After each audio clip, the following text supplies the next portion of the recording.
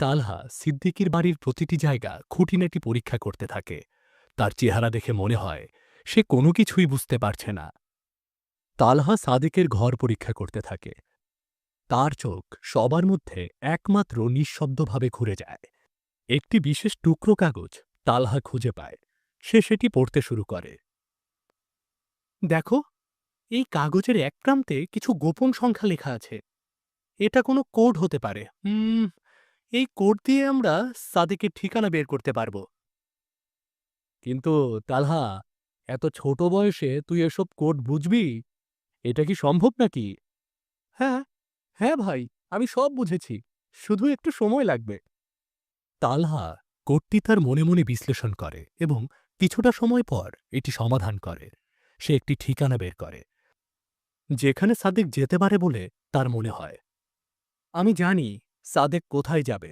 তার জন্য এখন আমাদের দ্রুত যেতে হবে। সবাই দ্রুত গন্তব্যস্থলের দিকে যায় এবং তারা সাদেককে উদ্ধার করতে সক্ষম হয়। সে একটি গাছের নিচে লুকিয়েছিল। তুমি তো সত্যিই আমার ছেলের খোঁজ পেয়েছ। কিভাবে এটা করলে, তালহা? সিআইডি বই পড়ার কারণে। সব রহস্যের মধ্যে কিছু না কিছু চিহ্ন থাকে।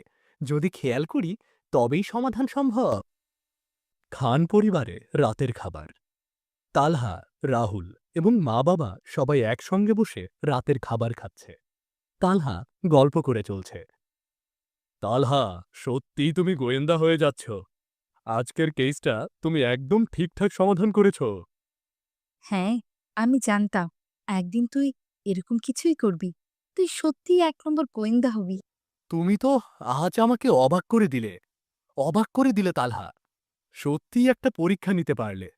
পরীক্ষা তো আমিই দিয়ে ফেলেছি ভাই। এখন আর কিছুই বাকি নেই। আহাহাহাহা।